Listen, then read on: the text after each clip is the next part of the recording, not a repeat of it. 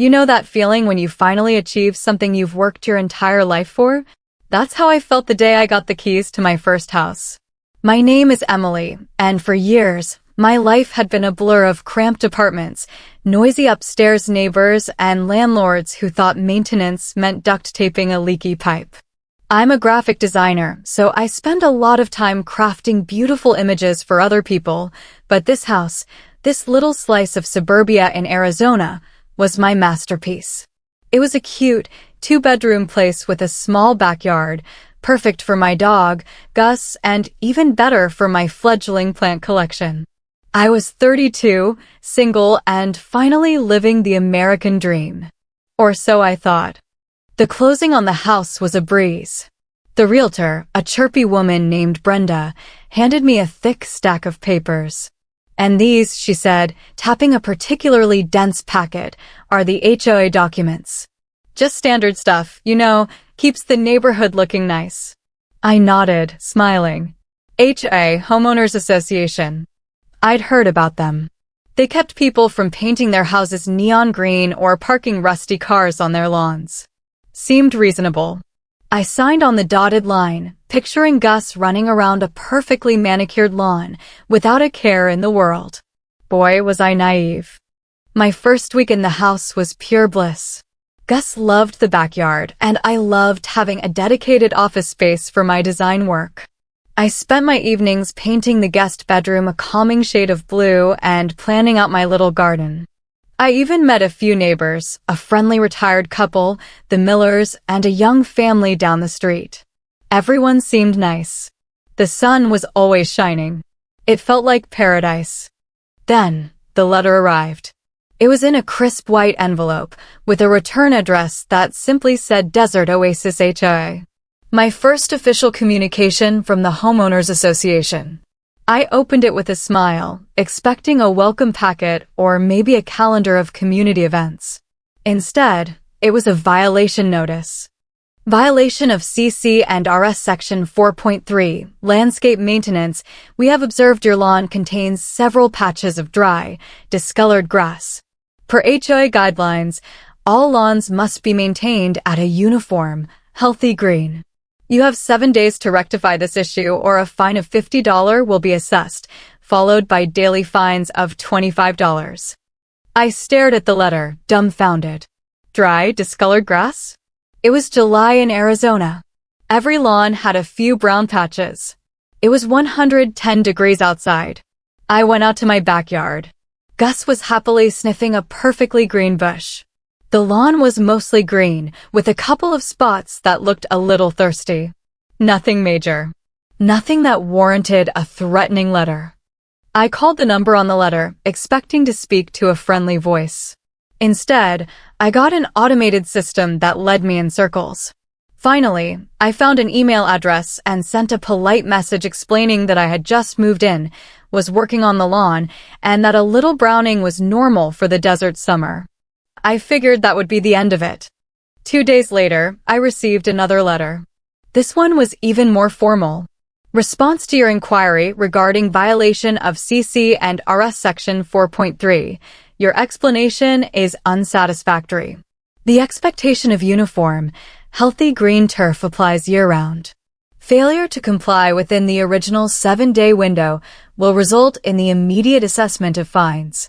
For further clarification, please refer to the Desert Oasis HOA Rules and Regulations Handbook, available online. My blood pressure started to climb. I pulled up the HOA website, a surprisingly sleek site for such an aggressively bureaucratic organization. I found the handbook. It was a 150-page PDF, dense with legal jargon and hyper-specific rules. I scrolled through it, looking for the uniform, healthy green clause. And there it was, buried deep in the landscape section. No exceptions for summer heat. No grace period for new homeowners. Just cold, hard rules. I went to the local garden store and spent $80 on special grass seed, fertilizer, and a timer for my sprinklers. I spent an entire Saturday morning meticulously tending to those discolored patches, feeling less like a homeowner and more like a criminal on probation.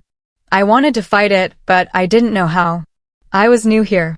I didn't want to start my life in my dream home by being the neighborhood troublemaker.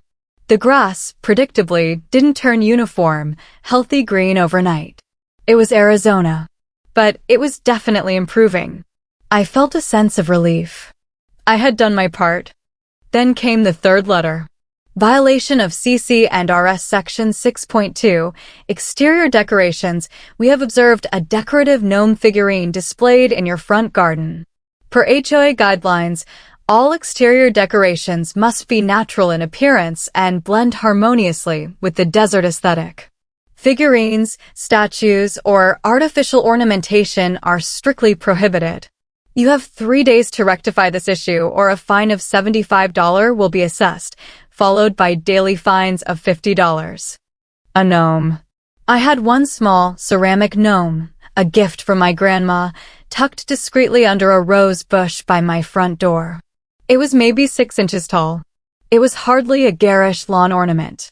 It was charming. This was no longer just about rules. It felt personal. How did they even see the gnome? It was almost hidden. It felt like someone was actively looking for things to find me for.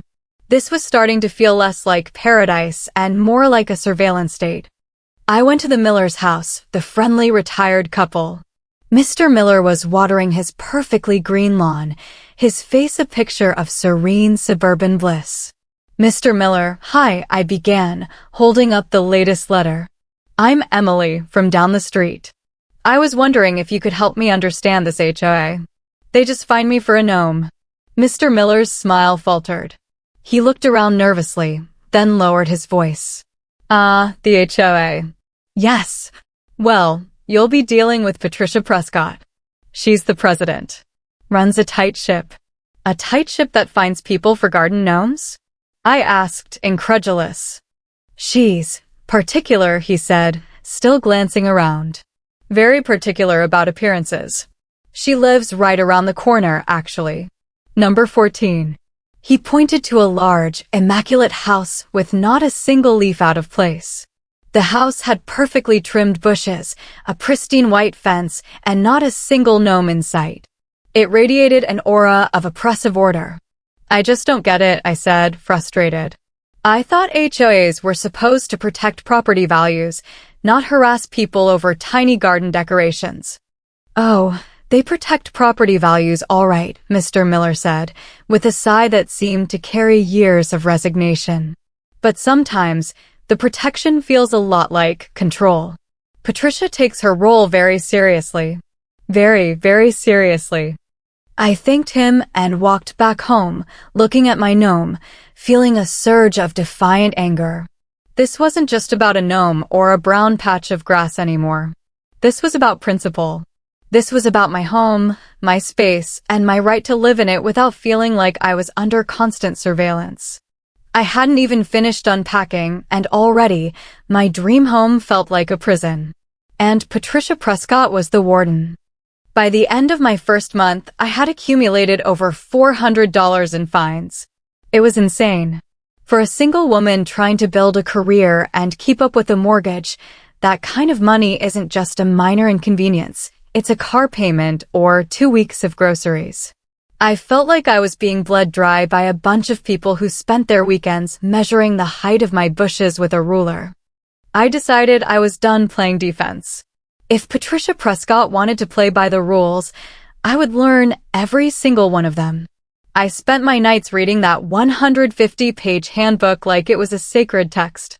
I highlighted sections, cross-referenced bylaws, and looked for loopholes. I found out that while gnomes were banned, temporary educational displays were allowed for up to 30 days without prior board approval. The next morning, I didn't remove the gnome.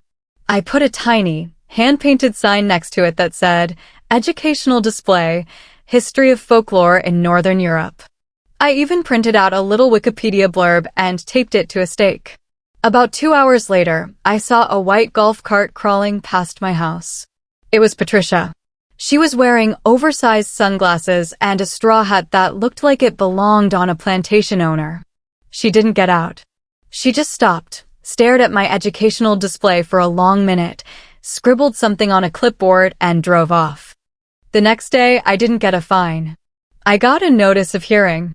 You are requested to appear before the Desert Oasis Board of Directors on Thursday at 7 p.m. to discuss your continued noncompliance and your attempt to circumvent community standards through unauthorized signage. The Board of Directors sounded like something out of a corporate thriller. In reality, it was just 3 people sitting at a folding table in the community clubhouse. Patricia was in the middle, flanked by a man who looked like he was perpetually smelling something sour and a woman who didn't look up from her iPad once. "Emily," Patricia said, her voice dripping with a fake, sugary sweetness that made my skin crawl. "We've noticed you're having a bit of a difficult time adjusting to our community standards. This isn't an apartment complex, dear. We have a certain aesthetic to maintain." "I understand that, Patricia," I said, sitting in a plastic chair that was way too small for comfort. "But I've read the handbook back to front. My sign is an educational display, which is protected under Section 9.4. And the grass is as green as it can be without violating the local water conservation ordinances." The man to her left, whose name tag said Arthur, finally spoke. "The water ordinances are a city issue. This is a private association issue. If the grass isn't green, you pay. It's quite simple." "It's not simple," I countered. "You're asking me to break the law to follow a neighborhood rule. And as for the gnome, it's 6 inches tall. How does that affect anyone's property value?" Patricia leaned forward. The sugary sweetness was gone. "It's not about the gnome, Emily. It's about the precedent. If we let you have a gnome, next thing we know, the house next door has a pink flamingo, and the house after that has a collection of rusty hubcaps. We are a premier community. We don't do quirky." "I'm not trying to be quirky," I said, my voice rising. "I'm trying to live in the house I bought. I pay my dues every month. I shouldn't feel like I'm being watched by a hawk every time I step onto my porch." "If you feel watched," Patricia said, a cold smile touching her lips, "it's likely because your actions stand out. Compliant neighbors are invisible neighbors. We suggest you remove the display and the gnome by tomorrow morning. Otherwise, the fines will double. We have the right to place a lien on your property if these remain unpaid. Do you understand what that means, Emily? It means we can take your house." I felt a chill that had nothing to do with the clubhouse air conditioning. A lien. They could actually take my home for a $50 grass fine and a garden gnome. It felt like a legalized form of extortion. I walked out of that meeting shaking. I got home and looked at Gus, who was wagging his tail, oblivious to the fact that his backyard was essentially a high-security prison. I looked at the guest room I'd painted blue. For the first time, I felt like I had made a terrible mistake. I had traded my freedom for a premier community that was run by a petty tyrant. That night, I didn't work on my design projects. I went online. I started looking for other people who lived in Desert Oasis. I found a hidden group on a neighborhood app called The Real Desert Oasis. It was private, and I had to prove I lived there to get in.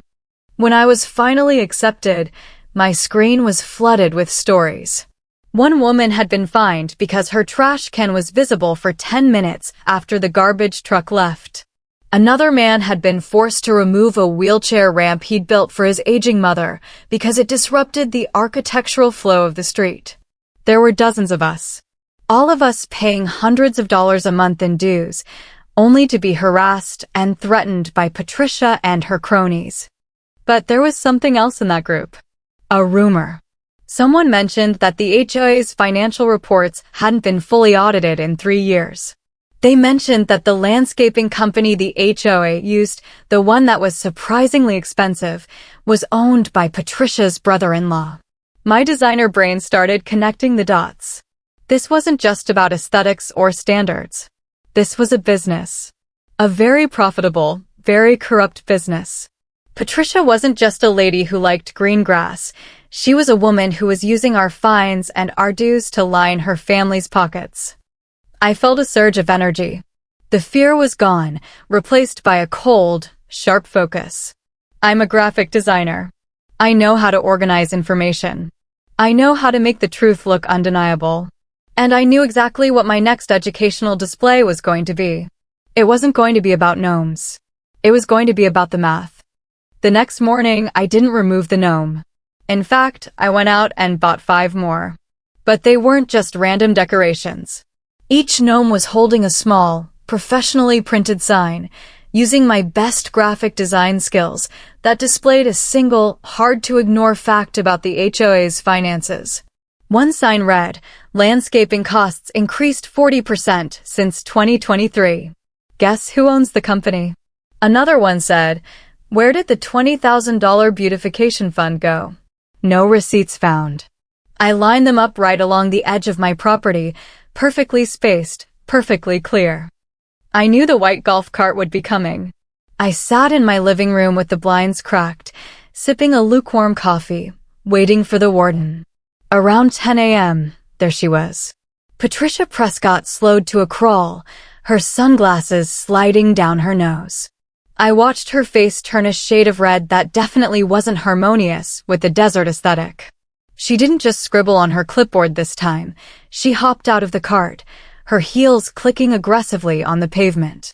She marched up to my front door and pounded on it. Not a polite knock, but a police raid kind of pounding. I took a deep breath, checked that my phone was recording in my pocket, and opened the door. "Emily, this is the end," she shrieked, pointing a trembling finger at my lawn. "This is a blatant violation of everything. Harassment, unauthorized signage, malicious intent. You are done in this neighborhood. I am calling the association's lawyer this second to start the lien process. You'll be packed and gone by the end of the month." "Good morning to you too, Patricia," I said, leaning against the doorframe. I felt remarkably calm. Actually, if you look at Section 12.1 of the bylaws, homeowners have a right to petition for financial transparency. These aren't decorations, they are the physical manifestation of my formal inquiry into the board's spending. If you touch them, you're interfering with a member's protected right to communication. "You think you're so clever with your little design projects?" she hissed, stepping closer. I could smell her expensive, floral perfume. "You're a little girl playing with fire. You have no idea how much power this board has. We have a legal team on retainer. You have, what? Some plastic dwarfs?" "I have the paper trail, Patricia," I whispered, dropping the pleasant tone. "I know about evergreen landscapes. I know your brother-in-law, Steve, hasn't bid against another company in 3 years. I know the emergency roof repair on the clubhouse cost double the market rate. Do you really want to involve lawyers? Because discovery is a very painful process for people with secrets." For a split second, she blinked. The mask slipped. Just a tiny crack in the porcelain, but I saw it. The fear of a bully who just realized her target isn't afraid anymore. But she recovered quickly, her eyes hardening. "You have 24 hours to clear this trash, or I will have a professional crew come and do it at your expense," she said, her voice shaking with rage. She turned, stormed back to her golf cart, and sped off, nearly hitting a curb in her haste. I didn't waste a second. I logged back into the Real Desert Oasis group. I posted the photos of my gnomes and the specific contract numbers I had found. "They're threatening to take my house because I'm asking where our money goes," I wrote. "If they can do it to me for a gnome, they can do it to you for anything. Who's ready to stop paying for Patricia's family vacations?" The response was like a dam breaking. People who had been silent for years started posting their own violation stories. I found out about a veteran who was fined for flying a small American flag on Veterans Day, and a nurse who was fined because her car had a small dent in the door. The anger was bubbling over. But Patricia wasn't done. That evening, as I was walking Gus, I noticed a black SUV following me slowly. It stayed half a block behind, its tinted windows rolled up tight. When I turned a corner, it turned. When I stopped, it stopped. It was a classic intimidation tactic. Then, my mailbox started getting stuffed with immediate fine notices, one for my trash, can lid being slightly askew, another for a dusty driveway, and a third for Gus barking excessively at 4 p.m. They were trying to bury me in paperwork. They wanted to make the cost of fighting them so high that I'd just give up and move. My total fines jumped to $2,000 in a single day. I went back inside and looked at my computer. My Real Desert Oasis group had grown to over 80 members, nearly half the neighborhood. We were no longer just a few angry people. We were a voting bloc. All right, everyone, I typed, my heart pounding. The annual HOA board election is in 3 weeks. Patricia thinks she's running unopposed. I think it's time we give her a reason to worry. I'm running for president. Who's with me? The next few days were like living in a psychological thriller. Everywhere I went, I felt eyes on me. If I went to the grocery store, I'd see that same black SUV in the corner of the parking lot.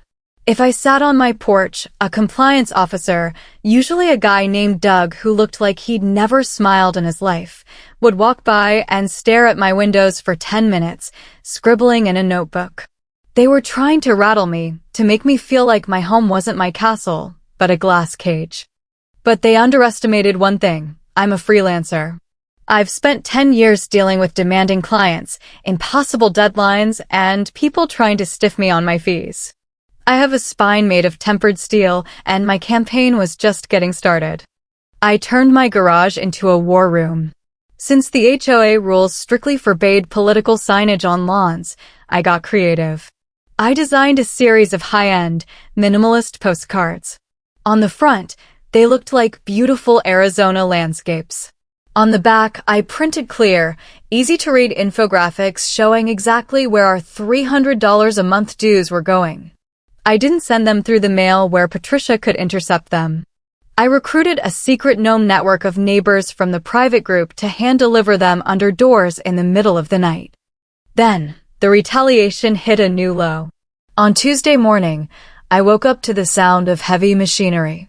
I ran to my front window and saw a tow truck hooked up to my car, which was parked perfectly legally in my own driveway. "Hey, what are you doing?" I screamed, running outside in my pajamas. The driver, a guy with a neck tattoo, didn't even look at me. "HOA order, lady. Unregistered vehicle." "Unregistered? My tags are brand new. Look at the sticker." I pointed to the plate. "I don't make the rules," he grunted. "Order says the vehicle has an expired appearance and violates the neighborhood's aesthetic standards due to a crack in the windshield. That makes it an eyesore." Section 8.5. I looked at the windshield. There was a tiny pebble chip in the corner, barely visible. They were literally stealing my car over a chip. As the truck pulled away, I saw Patricia's golf cart parked at the end of the block. She didn't wave. She just watched, her sunglasses reflecting the morning sun. I was stranded. I had no car, $2,000 in pending fines, and a lien notice that had finally arrived by certified mail. I sat on my front steps and felt the first real wave of defeat. Maybe they were right. Maybe the system was too big to fight. But then my neighbor from across the street, Mrs. Gable, a woman in her 80s who usually never left her house, walked across the pavement. She was holding a tray of cookies and a folded piece of paper. "They took my late husband's truck last year. Emily," she said softly, sitting down next to me, "said it was too old." I didn't have the strength to fight them. I just let it go. "But I've been reading your postcards." She handed me the paper. It was a check for $500. "This is for your legal fund. Or for your car. Or for more of those funny gnomes. Don't let her win, dear.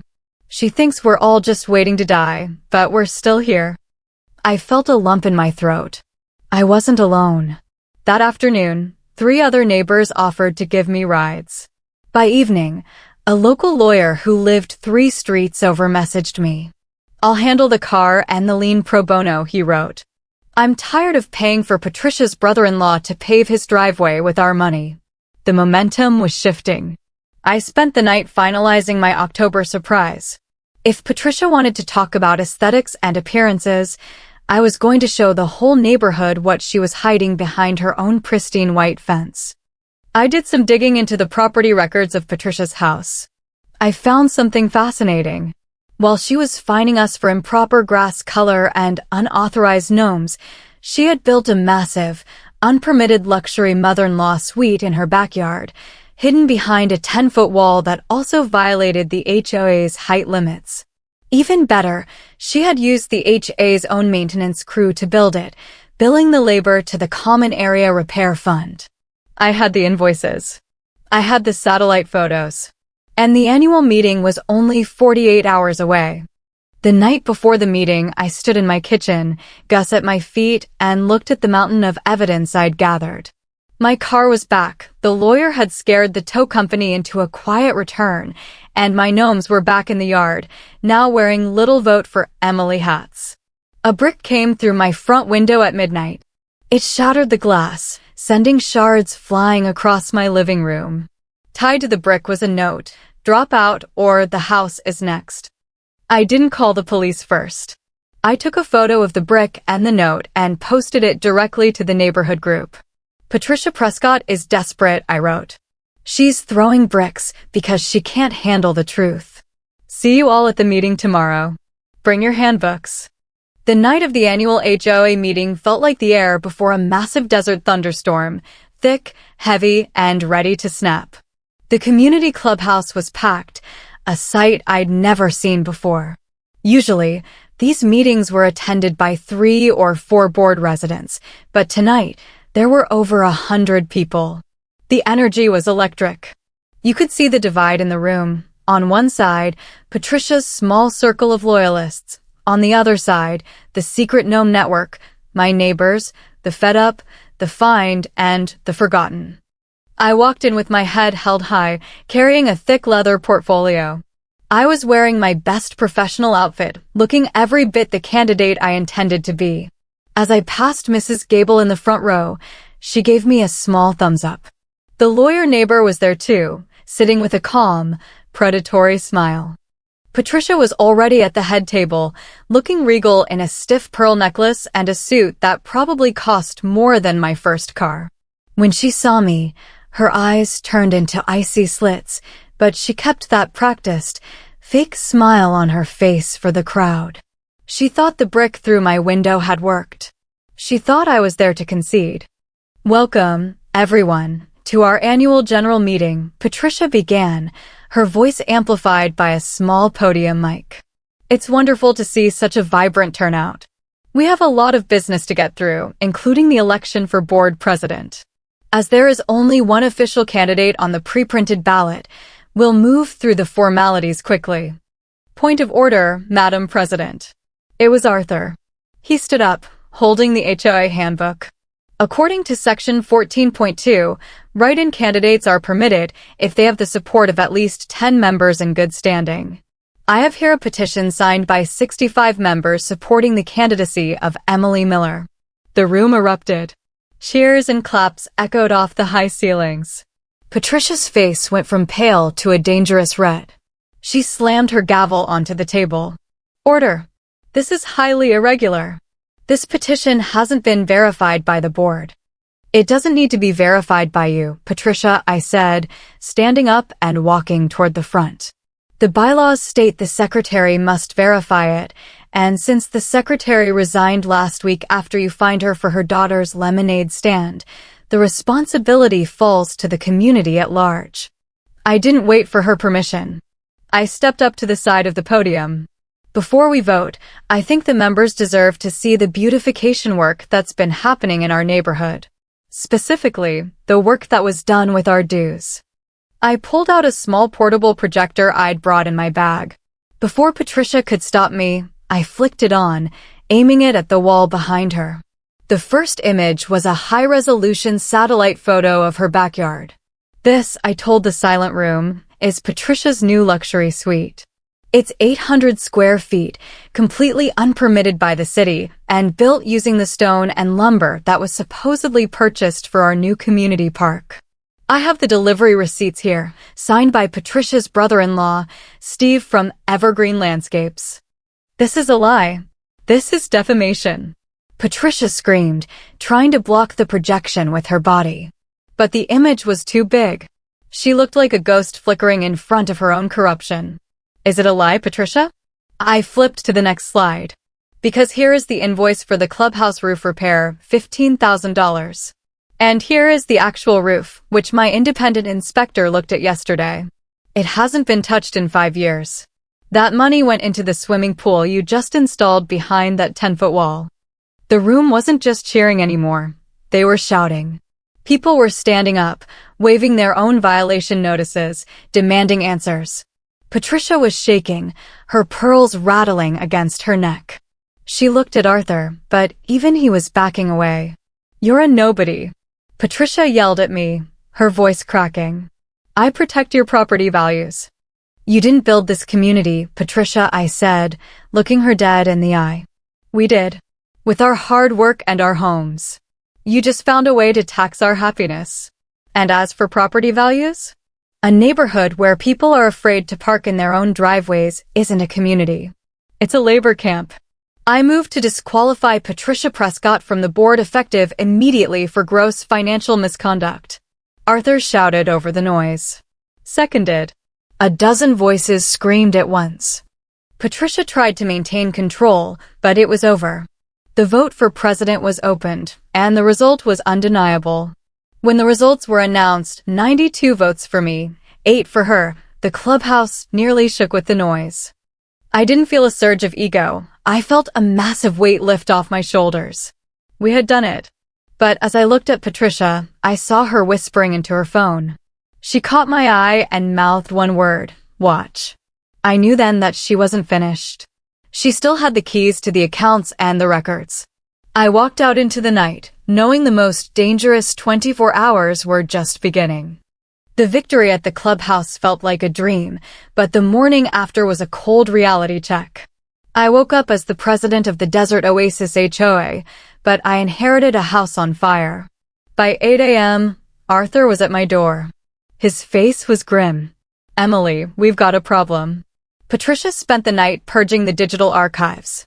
The server access codes have been changed, and the HOA bank account was drained of nearly $50,000 in legal retainers and severance payouts to her and her brother-in-law. My heart sank. She was trying to scorched earth the entire association before we could officially take control. But Patricia had forgotten one thing: I'm a graphic designer, and I live my life in the digital world. I knew that deleted never truly means gone, and purged is just another word for hidden. "Arthur," I said, grabbing my laptop. "She thinks she's playing a game of chess. She doesn't realize I've been recording the board screen for every meeting she hosted on Zoom for the last 3 months. I have every transaction she thought was private." The next 12 hours were a whirlwind. We didn't just stay in the neighborhood. We went to the city. We filed for an emergency injunction to freeze all HOA accounts. We sat in the lobby of the local police station with a stack of invoices and the satellite photos. And finally, we called the local news station. Nothing scares a petty suburban tyrant more than a camera crew. By Wednesday, the story broke. The headline read, "Desert Oasis or Desert Dictatorship. Homeowners rebel against HOA corruption." The footage of the meeting, with Patricia screaming at my projector screen, went viral locally. By Thursday morning, the black SUV that had been following me was gone. In its place was a white police cruiser, but it wasn't there for me. It was parked in front of Patricia's house at number 14. I stood on my porch, holding Gus's leash, as I watched the scene unfold. 2 officers were escorting Patricia Prescott out of her front door. She wasn't wearing her pearls or her straw hat today. She was in a simple tracksuit, her head bowed as she was led to the back of the car. Her brother-in-law, Steve, was right behind her in handcuffs. The gnome war had officially ended in a criminal investigation for embezzlement and fraud. The aftermath was long and messy. It took months to untangle the finances. We had to fire the landscaping company and find a new, honest one that actually knew how to grow grass in the desert. We abolished the uniform green rule, replacing it with a water-wise, desert-friendly policy that saved everyone $40 a month on their water bills. We lowered the dues, canceled every single pending fine from Patricia's regime, and, most importantly, we threw a massive block party. That Saturday, the neighborhood looked different. It wasn't perfect anymore, but it was alive. There were kids playing in the street, people were painting their front doors colors other than beige number 4, and the air didn't feel heavy with the threat of a fine. I was standing in my front yard, finally planting those desert-hardy succulents I'd wanted from the beginning. My yard was decorated with not one, but 20 gnomes of all shapes and sizes, a gift from the secret gnome network. Mrs. Gable walked by, looking 10 years younger, and handed me a glass of lemonade. "It's a nice day, isn't it, President Emily?" she said with a wink. "It's a perfect day, Mrs. Gable," I replied. I looked at my house. It wasn't just a masterpiece on a screen anymore, it was a home. I had fought for every square inch of it. I realized then that the American dream isn't just about owning a piece of land. It's about the community you build on it and the courage to protect it from people who think power is more important than people. I'm still the HOA president, but we've changed the rules. Our meetings are held outside, there's always music, and our handbook is now only 5 pages long. The first rule? Don't be a jerk. It's a rule that Patricia never understood, but it's the only one that really matters. As the sun began to set over the Arizona mountains, painting the sky in shades of purple and orange, I looked at Gus chasing a butterfly near my educational display sign. I realized that my first house didn't just give me a place to sleep, it gave me a voice I never knew I had. And in this neighborhood, that voice is finally loud, clear, and, most importantly, free.